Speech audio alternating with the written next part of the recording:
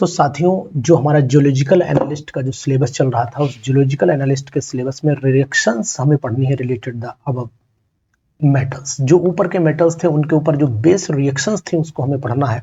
तो सबसे पहले आज हम रिएक्शंस पढ़ते हैं आयरन की, यानी कि बहुत ही इंपॉर्टेंट रिएक्शन है आयरन की। अगर ये आयरन की रिएक्शंस आप जान लेते हैं तो मान के चलिए एक दो रिएक्शन एग्जामिनेशन में जरूर हेल्प करेंगे। इसी तरीके से आपको डिफरेंट मेटल्स की रिएक्शंस आपको बताएंगे। तो सबसे पहले हम लोग बात कर लेते हैं, सीरीज में चलेंगे। नंबर 1 आपसे मैं बात करता हूं, नंबर 1 बात करता हूं आयरन के ऑक्सीडेशन रिएक्शन की। लाइन से रिएक्शन चलेंगे, यानी कि आयरन का अगर ऑक्सीडेशन कराते हैं तो यहाँ पर मैं अगर सपोज कर लेता हूँ कि Fe लिया मैंने, यानी कि 2Fe लिया, और यहाँ पर मैंने O2 लिखा, तो ये कंपाउंड बन सकता है 2FeO, यानी कि फेरस का ऑक्साइड भी बन सकता है। और इसी तरीके से अगर मान लीजिए मैंने यहाँ पर 3Fe से रिएक्शन कराने की कोशिश की और यहाँ पर मैं ले लेता हूँ 2O2 ले लेता हूँ, तो फिर रिएक्शन का जो प्रोडक्ट बनेगा वो आपका Fe3O4 बन जाएगा। तो बहुत ही इंपॉर्टेंट रिएक्शन है। डिस्प्लेसमेंट की रिएक्शन भी आपसे पूछी जा सकती है, यानी कि अगर मैं आयरन को कॉपर सल्फेट के सॉल्यूशन में डाल देता हूं, यानी कि यहाँ मैंने आयरन ले लिया और इसको कॉपर सल्फेट के सॉल्यूशन में अगर मैंने ऐड किया है, तो फिर यहाँ पर FeSO4 बनेगा और साथ में बनेगा कॉपर मेटल।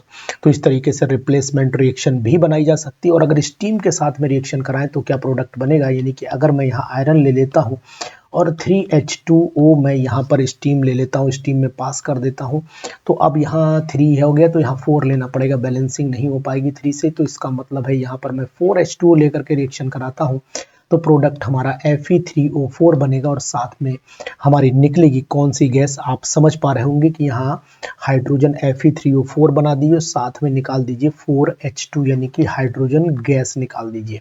तो बहुत ही इंपॉर्टेंट रिएक्शंस आपको कंसिडरेशन में ला रहा हूं। धीरे धीरे आपको पूरा सिलेबस कंसीडर कर दूंगा, बशर्ते आप वीडियो को शेयर और सब्सक्राइब जरूर करते रहिए, कंटिन्यूटी बनाए रखिए। अगर आयरन की रिएक्शन आपने क्लोरीन से करा दी, कॉपर से करा दी, तो चलिए यहाँ पर मैं क्लोरीन 3Cl2 से करा देता हूँ, तो फिर आपका प्रोडक्ट यहाँ पर FeCl3 बन जाता है। क्या बन जाता है? FeCl3 बनता है। और FeCl3 यहाँ पर 2 लगा सकते हैं तो 2FeCl3 बन जाएगा।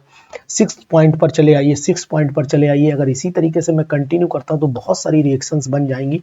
आयरन की रिएक्शन अगर सल्फर से कराते हैं तो आयरन सल्फाइड बन जाता है, FeS बन जाता है। तो ये रिएक्शंस कॉमन रिएक्शन है जो आप जानते हैं। और अगर आयरन की रिएक्शन डाइल्यूट HCl से कराओ या फिर डाइल्यूट सल्फ्यूरिक एसिड से कराओ, दोनों में से भी आप देख सकते हो ये रिएक्शन इंपॉर्टेंट है। यानी कि यहाँ पर FeCl2 और यहाँ पर हाइड्रोजन गैस रिलीज हो जाएगी, यहाँ पर बन जाएगा FeSO4 और साथ में हाइड्रोजन गैस रिलीज हो जाएगी। तो ये सभी रिलीज भी आपको यहाँ से दिखाई देंगे। बहुत ही important, very very important reaction. लेकिन मैं आपको बता देता हूँ, नोट करना इस बात को कि आयरन जो होता है वो कंसंट्रेटेड HNO3, यहाँ पर नोट कर लीजिएगा कि आयरन, नोट कर देता हूँ, iron does not react with, iron does not, direct reaction नहीं, आयरन डज नॉट रिएक्ट और बिकम पैसिव भी लिख सकते हो, और बिकम पैसिव, आयरन और बिकम पैसिव टूवर्ड्स, किसके against? Towards iron does not react और टूवर्ड्स पैसिव टूवर्ड्स, इसे अंदर ले लो ब्रैकेट के, और ये concentrated towards does not react with कर देता हूँ, विद कंसंट्रेटेड एक तो आपको लेना पड़ेगा HNO3, कंसंट्रेटेड HNO3 के अगेंस्ट पैसिव, क्योंकि ऑक्साइड की लेयर बन जाती है। और आप ये भी कह सकते हो कि अगर ऑक्सीडाइजिंग एजेंट जो है, अगर मैं कहूँ क्रोमिक की Cr2O7 ले लेता हूँ, K2Cr2O7 ले लेता हूँ, KMnO4 ले लेता हूँ, तो इनके अगेंस्ट भी वो पैसिव हो जाता है। तो ये बात भी आपको ध्यान देनी पड़ेगी, बहुत ही इंपॉर्टेंट रिएक्शन मानी जाती है। यानी कि अगर इसके अलावा ये तो रिएक्शन नहीं करता, लेकिन फिर भी स्टार बना करके नोट कर लो, लूनार कास्टिक के साथ में भी ये कंसंट्रेट है तो ये पैसिव बन जाता है। दूसरा, अगर KMnO4 कंसंट्रेटेड है तो वहाँ भी ये पैसिव बन जाता है। ये आपको जल्दी नहीं मिलेगा, जल्दी नहीं मिलेगी बातें। और अगर आप K2Cr2O7 लेते हैं तब भी ये पैसिव हो जाता है। तो इनके अगेंस्ट ये कैसा बन जाता है? पैसिव बन जाता है, जो बहुत ही इंपॉर्टेंट है, very very important for the आपका जियोलॉजिकल एनालिस्ट एग्जामिनेशन के पॉइंट ऑफ व्यू से मैं इसे देख पा रहा हूँ।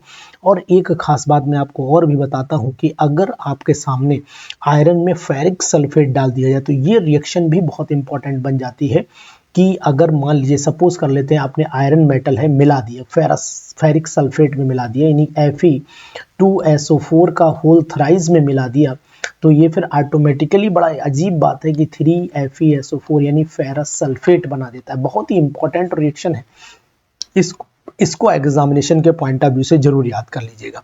ठीक है, एक तो ये रिएक्शन याद करिएगा। दूसरी रिएक्शन अगर आप चाहते हैं तो हम लोग इस रिएक्शन को भी बहुत इंपॉर्टेंस देंगे, जो बहुत ज़्यादा इंपॉर्टेंट मानी जाती है एग्जामिनेशन के पॉइंट ऑफ व्यू से। रिएक्शन विद नाइट्रिक ऑक्साइड वाली भी जरूर पढ़ लीजिएगा। रिएक्शन विद नाइट्रिक ऑक्साइड, यानी यहाँ लिख देता हूँ नाइट्रिक ऑक्साइड। नाइट्रिक ऑक्साइड की रिएक्शन भी आपको जरूर पढ़नी चाहिए, very very important. Reaction with nitric oxide की रिएक्शन भी आपको जरूर पढ़नी चाहिए। और क्या कहती है नाइट्रिक ऑक्साइड की रिएक्शन, यहाँ पर मैं बता देता हूँ।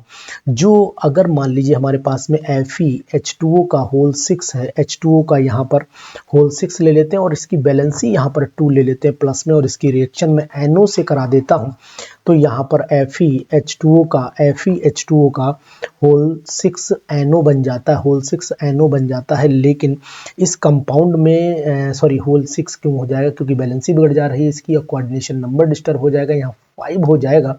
और यहाँ पर ऑक्सीडेशन स्टेट अगर आप देख पा रहे होंगे तो +2 मैंने लिखी हुई है, और यहाँ पर NO+1 में तो यहाँ +1 ऑक्सीडेशन आयरन शो करता है, इस बात का भी ध्यान देना पड़ेगा। तो यानी कि आयरन की ऑक्सीडेशन स्टेट यहाँ पर +1 आती है, जो एग्जामिनेशन में पूछी जा सकती है। बहुत ही इंपॉर्टेंट तरीके से आप इसको चल रहे हैं, बहुत ही इंपॉर्टेंट एग्जामिनेशन के पॉइंट ऑफ व्यू से आप इंपॉर्टेंट देखते हैं।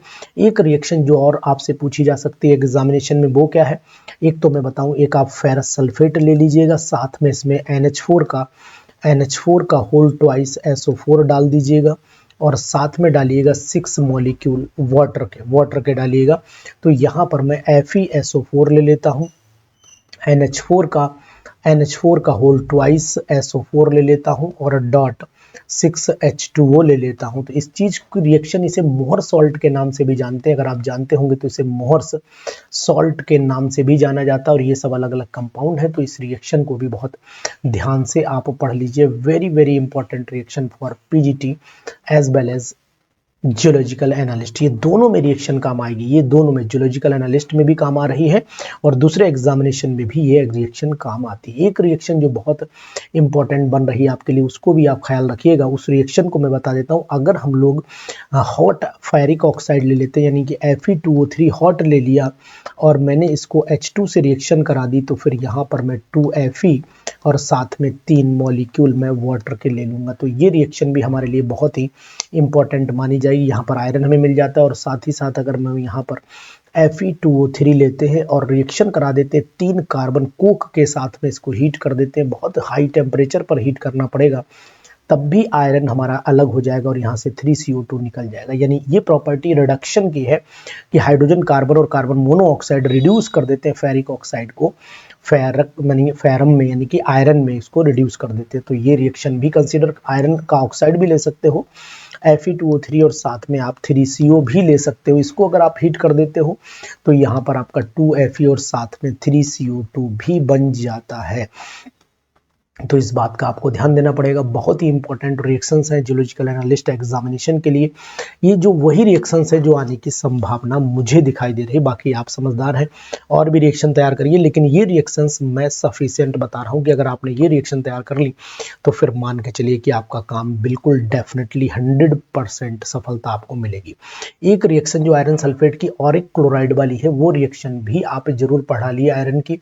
तो आज मैं आपको आयरन की कुछ रिएक्शंस बता रहा हूँ जो बहुत ज़्यादा इंपॉर्टेंट है और इन रिएक्शन को छोड़ना नहीं है, जरूर पढ़िए। जैसे कि FeSO4 ले लेता हूँ और इसकी रिएक्शन में अगर नाइट्रिक ऑक्साइड से करा देता हूँ तो यहाँ पर FeSO4.NO बन जाता है, नाइट्रोसो फेरस सल्फेट इसका नाम दिया जाता है। तो नाम भी पूछा जा सकता है, नाइट्रोसो फेरस सल्फेट आप इसे बोल सकते हैं, नाइट्रोसो फेरस सल्फेट का नाम आप इसे दे सकते हैं। बहुत ही important, very very important.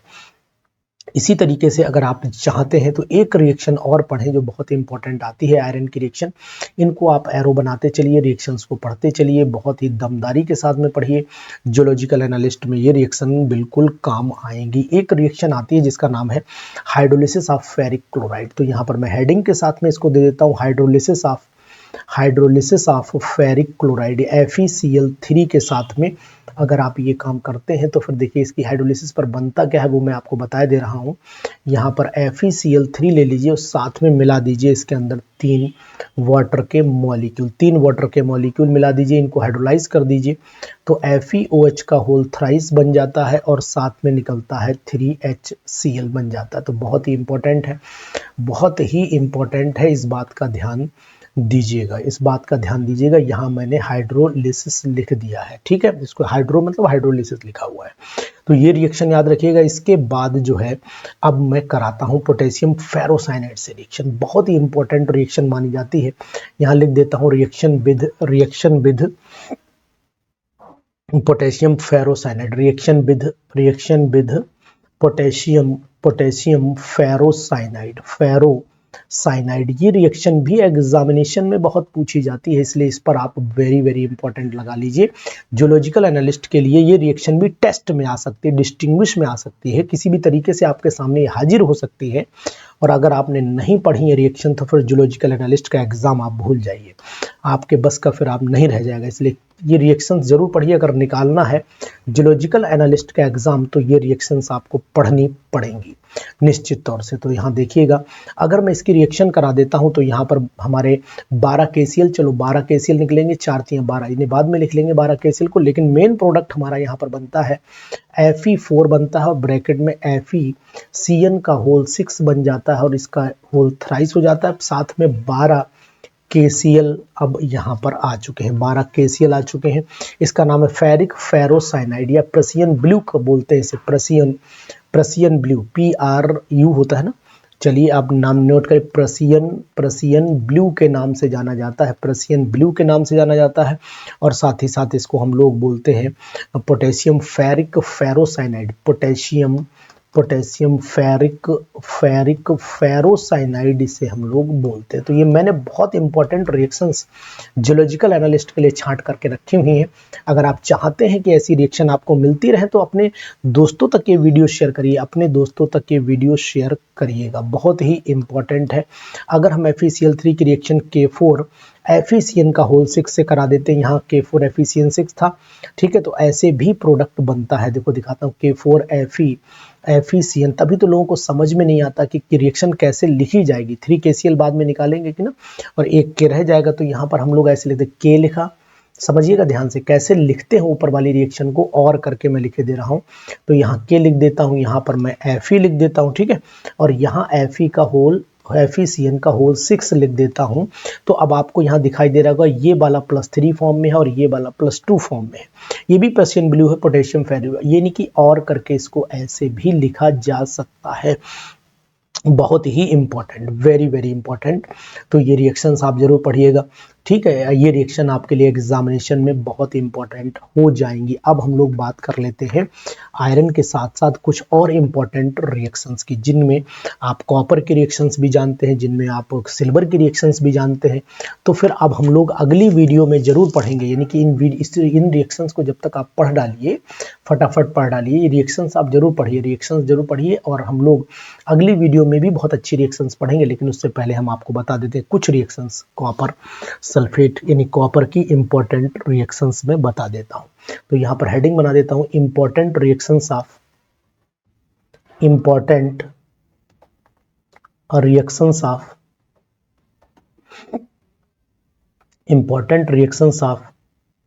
Copper. यहाँ पे कॉपर की रिएक्शन पढ़ेंगे हम लोग। अभी हमने किसकी पढ़ी थी, आयरन की। तो अब हम लोग रिएक्शंस पढ़ते हैं यहाँ पर कॉपर की भी बहुत ही इंपॉर्टेंट रिएक्शंस है जो आपको नोटिस करनी चाहिए, और एग्जामिनेशन के पॉइंट ऑफ व्यू से देखेंगे आप तो ये रिएक्शन बहुत ही जबरदस्त रिएक्शन है। जैसे कि अगर मैं आपसे कहता हूं कि एक रिएक्शन आप जरूर पढ़िए, नंबर 1 सबसे इंपॉर्टेंट रिएक्शन कॉपर की मानी जाती है कि अगर क्यूपरस सल्फाइड हमारे सामने है और इसको एयर में हम ऑक्सीडाइज कर दें, रोस्ट कर दें, तो 2Cu2O बन जाता है और साथ में निकलती है सल्फर डाइऑक्साइड गैस निकल जाती है। सेकेंड पॉइंट पर चले आइए, अगर हमारे पास में इसी तरीके से सपोज कर लेते हैं कॉपर है, तो कॉपर की ये दो रिएक्शन, कॉपर है और इसको हम ऑक्सीजन के साथ में हाई टेम्परेचर पर हीट कर देते हैं, यानी कि लगभग 1100 के आसपास टेम्परेचर है ना, 1100 डिग्री सेल्सियस, ठीक है। तो यहाँ पर बनता है 2Cu, इसे हम लोग बोलते हैं क्यूपरिक ऑक्साइड। क्या बोलते हैं? क्यूपरिक ऑक्साइड नाम दिया गया है। इसी तरीके से अगर मान लीजिए आपके सामने 4 कॉपर दे दिए, फिर ऑक्सीजन दे दिया, तो फिर यहाँ पर आप सेम टेम्परेचर प्रेशर पर हीट करिए, ये लेकिन टेम्परेचर मान के चले यहाँ लेस देन 11,000 होगा, 1100 डिग्री सेल्सियस, यहाँ मोर देन 1100 डिग्री सेल्सियस, ये मोर देन का साइन है, 1100 डिग्री सेल्सियस, तो यहाँ पर बनेगा आपका 2Cu2। ये क्यूपरस था, ये क्यूपरिक था, ये आपका क्यूपरस बन जाता है। क्या बन जाता है? क्यूपरस ऑक्साइड बन जाता है। तो ये रिएक्शन भी बहुत ही इंपॉर्टेंट है, पूछी जाती है। लेकिन कॉपर की खास बात होती है कम रिएक्टिव होता है। अगर कॉपर की हम लोग H2SO4 से रिएक्शन कराएंगे और ये डाइल्यूट कंडीशन में है, तो यहाँ पर आप नो रिएक्शन लिखेंगे, कोई रिएक्शन नहीं होगी। लेकिन अगर यही कॉपर ले लिया जाए, क्योंकि ये रिएक्टिविटी पावर में, रिएक्टिविटी सीरीज में हाइड्रोजन से नीचे है, तो अगर कंसंट्रेट H2SO4 ले लेंगे, हम H2SO4 लें और वो भी कंसंट्रेटेड ले लेते हैं, तो फिर यहाँ पर कॉपर सल्फेट बन जाता है और साथ में निकलती है बहुत ही important, very very important reaction मानी जाती है, SO2 गैस निकलेगी और निकलेगा वाटर, यानी कि 2H2O भी निकलेगा। तो ये बहुत इंपॉर्टेंट रिएक्शन है, इसको ध्यान दिए। कंसंट्रेटेड से है, डाइल्यूट से कोई रिएक्शन नहीं होती है, इसलिए उस रिएक्शन को आप बिल्कुल नहीं पढ़िएगा। अगर मैंने कॉपर ले लिया और कॉपर मेटल की रिएक्शन मैंने HNO3 से कराई और वो भी HNO3 हमारे पास में कोल्ड और कंसंट्रेटेड है, ये बात ध्यान दीजिए, कोल्ड और कंसंट्रेटेड दो कंडीशन लगी हुई है यहाँ पर, है ना। कोल्ड और डाइल्यूट पे अलग होता है, फिलहाल कोल्ड एंड कंसंट्रेटेड से करिएगा, कंसंट्रेटेड और कोल्ड है। तो कॉपर का नाइट्रेट तो बनना ही बनना है, CuNO3 का होल ट्वाइस बनेगा, साथ में नाइट्रोजन डाइऑक्साइड गैस निकलेगी और निकलेंगे 2 वाटर के मॉलिक्यूल। इसी तरीके से अगर आपने मान लीजिए 7th पॉइंट पर चले आइए, अगर 3 कॉपर मैंने लिया और यहाँ पर 5-फोल्ड डाइल्यूट लिया, कोल्ड और यहाँ कंसंट्रेटेड था ना, कोल्ड और डाइल्यूट लिया, तो यहाँ 8 HNO3 ले लीजिएगा और यहाँ पर लिख देता हूँ कोल्ड है और साथ में क्या है, डाइल्यूट है। कोल्ड और डाइल्यूट दोनों कंडीशन अप्लाइड कर दी गई इसके ऊपर, तो यहाँ पर वही कंपाउंड CuNO3 का होल ट्वाइस तो बनता ही बनता है, साथ में नाइट्रिक ऑक्साइड गैस बनती है और निकलते हैं 4 वाटर के मॉलिक्यूल। तो ये रिएक्शंस बहुत कॉमन रिएक्शंस हैं, लेकिन इंपॉर्टेंट बहुत है, यानी कि ये रिएक्शन अगर आपने नहीं पढ़ी तो मान के चलिए आप अपना नुकसान करेंगे PGT एग्जामिनेशन में, ये निश्चित है। तो ऐसी रिएक्शन आपको छोड़नी नहीं, बिल्कुल नहीं छोड़नी, किसी कीमत पर भी नहीं आपको छोड़ेंगे। एक बात मैं आपको और बता देता हूं, अगर मैं ये कहूं कि कॉपर सल्फेट ले लिया मैंने, ये कॉपर का हाइड्रेट ले लेता हूं मैं, यहाँ पर कॉपर हाइड्रेट यानी H2O का मैं होल 4 ले लेता हूँ, COH2O का होल 4 ले लेता हूँ, ऊपर लगा देता हूँ 2 पॉजिटिव। तो अगर इसके केस में अगर मैं देखता हूं तो ये क्या कंडीशन बनती है वो मैं आपको दिखा दे रहा हूं। ये कैसे बना होगा, तो मैं आपको बोलूं कि कॉपर का मॉलिक्यूल अगर मैं लिखता हूं, ऐसे लिखता हूं, कॉपर सल्फेट CuSO4 लिखता हूं .5H2, इसको मैं नाम देता हूं कॉपर सल्फेट पेंटाहाइड्रेट नाम देता हूं। तो इसका मतलब हुआ कि कॉपर सल्फेट में कॉपर डाई पॉजिटिव है, ये कॉपर डाई पॉजिटिव हो गया, ठीक है। और इसमें 5 वाटर के मॉलिक्यूल में से 4 वाटर के मॉलिक्यूल इसमें जोड़ देता हूं। तो एक H2O मैं यहाँ जोड़ देता हूं, एक H2O मैं यहाँ पर जोड़ देता हूं, ठीक है, एक H2O मैं यहाँ पर जोड़ देता हूं, एक H2O मैं यहाँ पर जोड़ देता हूं। इस तरीके से ये हाइब्रिडाइजेशन यहाँ पर DsP2 हाइब्रिडाइजेशन दिखा देता हूं। तो इसमें कॉपर डाई पॉजिटिव कॉम्प्लेक्स है और DsP2 हाइब्रिडाइजेशन है, साथ में एक वाटर मॉलिक्यूल बाहर आएगा और एक वाटर मॉलिक्यूल जो है वो SO4 डाई नेगेटिव में यहाँ लिखूंगा, SO4 डाई मतलब कंबाइन कर दिया और साथ में निकला एक वाटर मॉलिक्यूल। तो ये चीज़ भी मुझे दिखानी पड़ेगी। डॉट मैं यहाँ पर डॉट H2O लिख देता हूँ, ये ज़्यादा बेटर रहेगा। तो इस तरीके से फिर मैं इसको लिख सकता हूँ, ये भी बहुत इंपॉर्टेंट है और एग्जामिनेशन में आ सकता है, ये भी ध्यान देना। अगर हम लोग कॉपर सल्फेट का हाइड्रोलिसिस करते हैं तो वो रिएक्शन भी हमें याद रहनी चाहिए, यानी कि कॉपर सल्फेट का अगर हम लोग एक्वस कंडीशन में, ये एक्वस है, एक्वस का मतलब है वाटर होगा, इसको अगर हम इलेक्ट्रोलाइज करते हैं तो Cu डाई पॉजिटिव बनेगा, SO4 डाई नेगेटिव बनेगा और साथ में टूटेगा हमारा वाटर का मॉलिक्यूल। और वाटर का मॉलिक्यूल जब टूटेगा तो दो मॉलिक्यूल को तोड़ेंगे, 2H पॉजिटिव बनता है और 2OH नेगेटिव बनता है। इन दोनों में अगर हम इलेक्ट्रिसिटी पास करते हैं तो आप जानते होंगे कि इन दोनों के सॉल्यूशन में अगर इलेक्ट्रिसिटी पास करेंगे तो फिर कॉपर यानी कि रिएक्शन एट यहाँ पर हमने प्लेटिनम इलेक्ट्रोड यूज करना है, प्लेटिनम इलेक्ट्रोड यूज करेंगे तब, प्लेटिनम इलेक्ट्रोड यूज करेंगे तब, तो यहाँ पर रिएक्शन एट कैथोड, और कैथोड पर जाएगा कैटायन, कौन जाएगा, कैटायन जाएगा।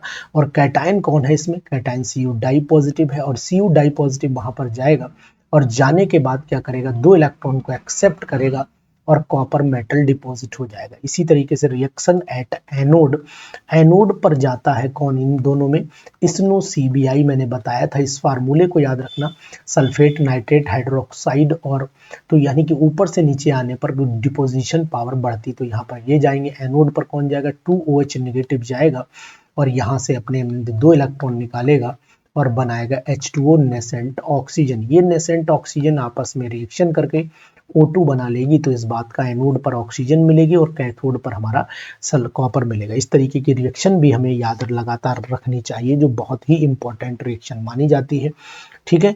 और ये एक तरीके से एग्जामिनेशन के पॉइंट ऑफ व्यू से भी बहुत ही इंपॉर्टेंट रिएक्शन है। कॉपर सल्फेट अगर अमोनियम हाइड्रोक्साइड मिला दीजिए तो वहां पर आपको डीप ब्लू कलर देता है, डीप या इंटेंस ब्लू कलर भी बोलते हैं। तो अगर हम लोग कॉपर सल्फेट को ले लेते हैं और कॉपर सल्फेट में अमोनियम हाइड्रोक्साइड यानी NH4OH मिला देते हैं तो कंपाउंड CuOH का होल ट्वाइस बनता है और साथ में निकलेगा आपका NH4 का होल ट्वाइस, NH4 का होल ट्वाइस SO4 निकलेगा।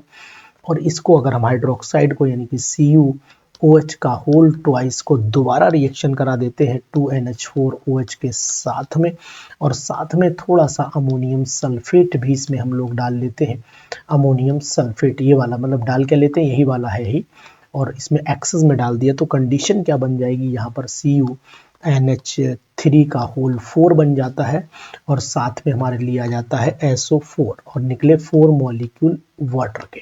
तो ये रिएक्शन भी कहीं ना कहीं बहुत ही इंपॉर्टेंट है। एक और रिएक्शन जो हमारे लिए बहुत इंपॉर्टेंट हो जाती है कि अगर पूछा गया कि सोडियम थायोसल्फेट यानी हाइपो से रिएक्शन भी पूछी जा सकती है, जो रिएक्शन इंपॉर्टेंट है। मैं केवल वही रिएक्शन कंसीडर कर रहा हूं, तो इसलिए ध्यान दीजिएगा कि एक्स्ट्रा रिएक्शंस आपको नहीं पढ़नी है, किसी भी कीमत पर नहीं पढ़नी है। तो यहाँ कॉपर सल्फेट को मैंने लिया और रिएक्शन 2KCN के साथ में करा दी तो बन गया आपका K2SO4 बन जाता है और साथ में CuCN का होल ट्वाइस बन जाता है। ये क्यूप्रिक साइनाइड बोला जाता है। और अगर इसी क्यूप्रिक साइनाइड को दोबारा थोड़ा सा हीट कर दीजिए, CuCN के होल ट्वाइस को हीट कर दीजिए, दो मॉलिक्यूल लेकर के, चलिए दोबारा अलग से मैं लिख देता हूँ, यानी कि यहाँ पर मैं दो मॉलिक्यूल लेकर के 2CuCN का होल ट्वाइस को लेकर के मैं हीट कर देता हूँ तो 2Cu यहाँ पर CN बन जाता है और साथ में साइनोजन गैस भी मिलती है। कौन सी गैस, साइनोजन गैस मिलती है। तो है ना बहुत इंपॉर्टेंट रिएक्शन, तो इसलिए इस रिएक्शन को भी जरूर पड़ेगा। स्यूडो हेलोजन में गिनी जाती है, इसको साइनोजन बोलते हैं, साइनोजन के नाम से ये जानी जाती है। तो ये रिएक्शन भी जरूर पड़िएगा। और हाइपो के साथ की रिएक्शन भी टेस्ट में आ सकती है, तो यहाँ लिख देता हूँ reaction with hypo, reaction with hypo में लिख देता हूँ। ये रिएक्शन भी आपके जियोलॉजिकल एनालिस्ट एग्जाम के लिए बहुत इंपॉर्टेंट है। अगर मैंने कॉपर सल्फेट लिया हुआ है और हाइपो का फार्मूला आप जानते हैं Na2S2O3 होता है, इसको मैं हीट कर देता हूँ तो Na2SO4 बनता है और साथ में निकलता है CuS2O3 यानी कि क्यूप्रिक थायोसल्फेट बनता है। क्या बनता है, क्यूप्रिक थायोसल्फेट। और क्यूप्रिक थायोसल्फेट दोबारा करा दो इसी से रिएक्शन तो आपका क्यूप्रस बन जाता है। तो ये भी ध्यान दीजिएगा कि जो हमने आपका CuS2O3 लिया ये बोलते हैं क्यूप्रिक थायोसल्फेट, और इसको दोबारा करा दो अगर हाइपो से रिएक्शन Na2S2O3 से तो जो प्रोडक्ट बनता है वो H2O3 और साथ में बन जाएगा Na2S4 Na2S4O6। ये बन गया हमारा इसका नाम क्यूप्रिक टेट्रा, ये जो बना है इसका नाम क्यूप्रस थायोसल्फेट होगा ना, ये Cu2 है ना, तो यहाँ पर ये लिख दो क्यूप्रिक थायोसल्फेट हो गया, थायोसल्फेट हो गया, और ये आपका क्यूप्रस थायोसल्फेट हो गया, क्यूप्रस थायोसल्फेट बन गया, क्यूप्रस थायोसल्फेट बन गया। ठीक है, इसको दोबारा रिएक्शन में ले आइए, यानी कि 2Na2S2O3 और साथ में 3Cu2S2O3 और रिएक्शन कराइएगा, Na4 बन जाएगा और यहाँ Cu6 बन जाएगा और S2O3 का होल 5 बन जाएगा। ये कंपाउंड आपका बनेगा, इसे सोडियम क्यूप्रोथायोसल्फेट बोलते हैं। सोडियम तो हो ही गया, क्यूप्रोथायोसल्फेट बोला जाता है, थायोसल्फेट। तो ये बेस्ट रिएक्शंस हैं, इनको आप जरूर पढ़िए, और ऐसी रिएक्शंस हम सिल्वर की और लेकर के आएंगे आपके लिए नेक्स्ट वीडियो में। तो आप जब तक इसको देखिए, एंजॉय करिए और इनके नोट्स अपने आप बनाते चलिए। नोट्स बनाइए बेहतरीन तरीके से और पढ़िए ये इंपॉर्टेंट रिएक्शंस, और इनके बिना अधूरा है आपका क्लास। Thank you.